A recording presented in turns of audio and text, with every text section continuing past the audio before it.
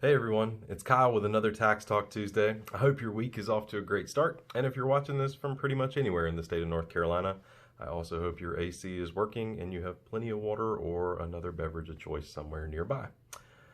If you've watched any of these Tax Talk videos lately, you know we focused a lot on some COVID-19 tax provisions and some strategies for business owners, but today I really wanted to revisit something we covered way back in January. Back when the pandemic was an overseas issue and it didn't feel like we were stepping into a sauna every time we walked outside.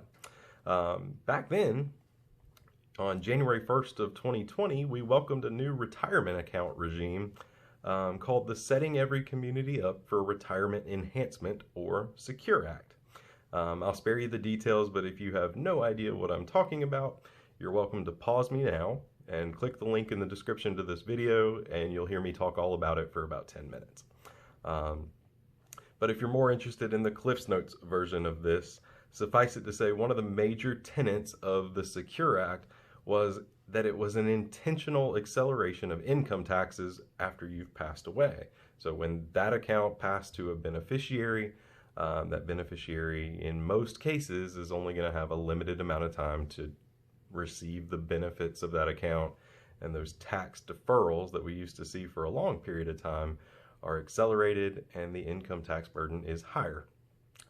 Basically, unless an exception applies, the beneficiaries of your retirement account must distribute the entire balance of a qualified retirement account within 10 years of December 31st of the year that you pass away.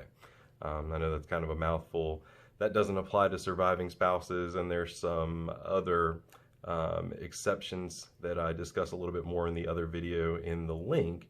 But you may recall, or you may have even set up your estate plan under the impression that these accounts would get to be distributed over the lifetime of your beneficiaries. That was the old rule. You pass away, we look at the life expectancy of your beneficiary, and basically the distributions that come from that qualified retirement account are taxed over a long period of time. So especially if you had really young beneficiaries, 10 years, this new 10-year rule creates an incredible acceleration and likely results in a really heavy tax burden. So looking at this thing almost 8 months later, it seems likely that Congress really accomplished their objective of accelerating the income tax payments on retirement accounts. That 10-year distribution rule applies in a majority of cases that don't involve a surviving spouse, and that's true regardless of whether your account is left to an individual or to a trust. If your account is left to an individual, they get 10 years to take the balance of that account and it gets taxed at their individual income tax rate. If your beneficiary of your retirement account is a trust and the trust holds on to those distributions, that part's key, the trust in that case gets taxed on the distributions at its ordinary income tax rate. Which right now, this is the key part of this video. Right now, a trust reaches the highest tax bracket of 37% when it has income of $12,950 or higher. So that's a lot lower than the individual income tax brackets. So for many of our clients, this has created just a tremendous issue. They don't really want their beneficiaries, who are often their young children, to receive money too fast. But if the distributions are held in trust, they're going to run the risk of losing maybe close to 40% of their retirement account to taxes if their accounts aren't set up and coordinated properly.